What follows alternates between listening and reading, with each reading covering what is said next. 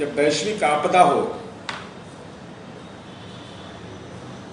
तो स्वाभाविक रूप से संवाद के इस माध्यम से हमने जुड़ने का प्रयास किया है। कोविड-19 का दौर है। ये दौर चुनौतीपूर्ण है। पूरी दुनिया इस नए वायरस संबंधी जो चुनौती आई है उससे परेशान है। स्वाभाविक रूप से आज के इस दौर में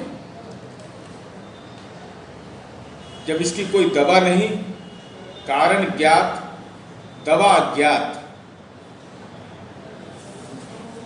तो पूरी दुनिया के अंदर आने वाली चुनौतियों पर भी बहस हो रही है। अर्थव्यवस्था का स्वरूप क्या होगा, व्यवस्थागत बदलाव क्या होगा, इन तमाम चीजों की चर्चा है। बिहार जैसे राज्य के लिए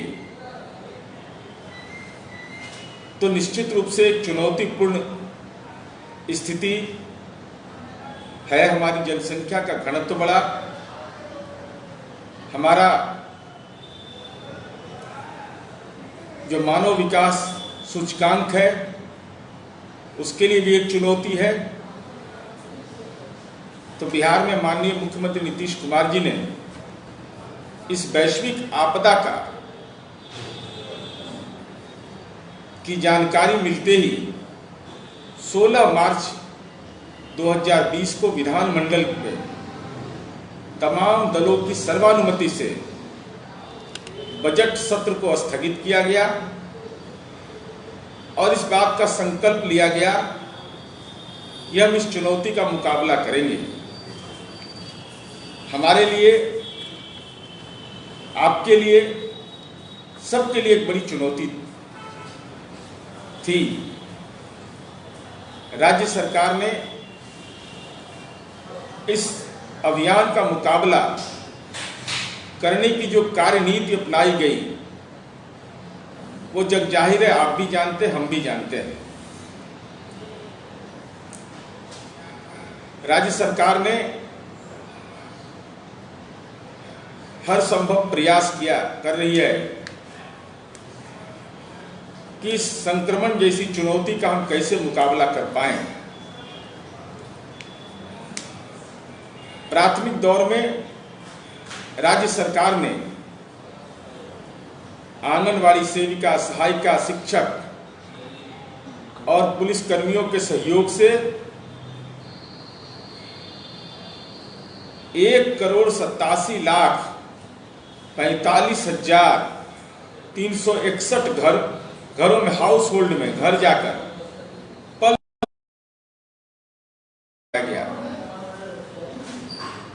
जिसमें कुल 10,40,88,897 व्यक्तियों का पल्स पोलियो के तर्ज पर स्क्रीनिंग हुआ।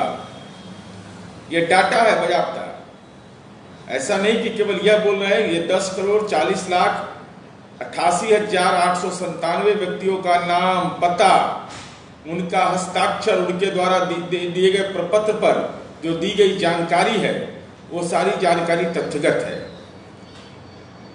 हमारे लिए यह महत्वपूर्ण है कि बिहार जैसे राज्य ने आम लोगों के संकल्प के बदौलत हमारा जो स्वस्थ होने का दर है वह सुकून देने वाला है। 30.49% हमारा स्वस्थ होने का दर है। स्वाभाविक रूप से हम लोगों ने यह भी तय किया कि जो प्रवासी हमारे हैं, उनकी पीड़ा का एहसास होना, पीड़ा को साझा करना, और इस संबंध में केंद्र सरकार ने नीतियों में बदलाव कर ट्रेन का परिचालन सुनिश्चित कर एक नई भूमिका तय की। हम लोगों ने यह तय किया कि पल्स पोलियो अभियान के तर्ज पर जैसे हम लोगों ने घर घर स्क्रीनिंग करवाया, हम डोर टू डोर प्रवासी मजदूरों की भी स्क्रीनिंग करेंगे और इसको फॉलो अप किया जाएगा। ये नीतिगत निर्णय माननीय मुख्यमंत्री जी ने लिया। राज्य सरकार ने सीमित संसाधन के बदौलत जो हम कर सकते हैं, हम लोगों ने उस दिशा में काम किया है। हमारे लिए एक बड़ी चुनौती इस माध्यम से तो जो हमारे प्रवासी देश के दूसरे राज्यों में प्रवास कर रहे थे, बिहार देश का पहला राज्य बना जिसने 20,39,887 लोगों को बैंक अकाउंट में सीधा 1,000 रुपया ट्रांसफर किया गया। इसमें कुल लागत जो अब तक खर्च हुआ है 203 करोड़ 98,87,000 की राशि अंतरित की गई। अभी तक कल तक के 112 ट्रेनों से 1,83,500 से अधिक प्रवासी श्रमिक बिहार आए। आज 79 ट्रेनों से 1,19,050 लोग के आने की बात हो रही है। इसलिए स्वाभाविक रूप से एक बड़ी चुनौती है और इसमें आपका सहयोग, सामाजिक जागरूकता सबसे महत्वपूर्ण पक्ष है।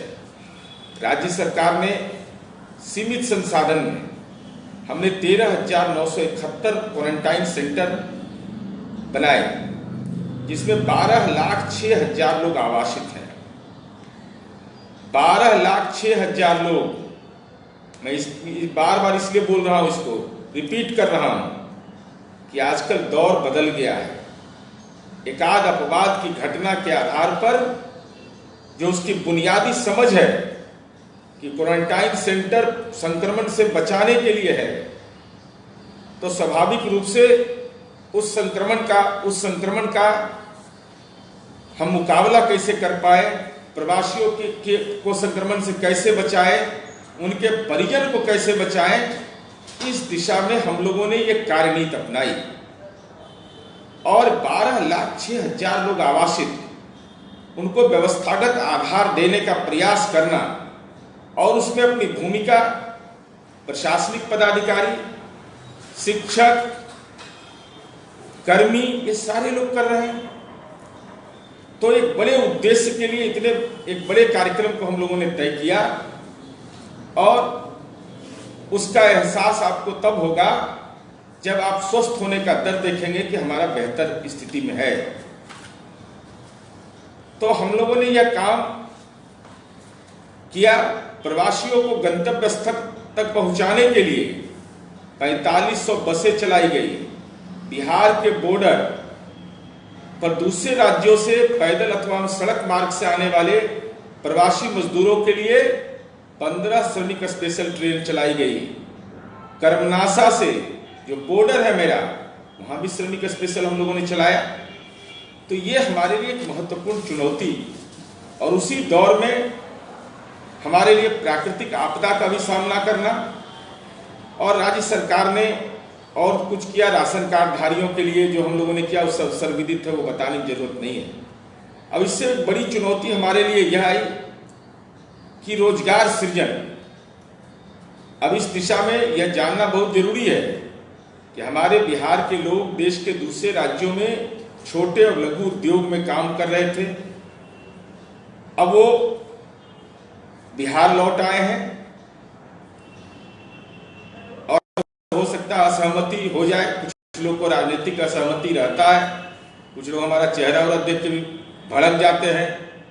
लेकिन मैं आपसे यह कहना चाहता हूं कि कल्पना करिए, कल्पना करना चाहिए आदमी को कि 2005 के पहले का अगर बिहार रहता तो क्या प्रवासी बिहार आना मंजूर करते?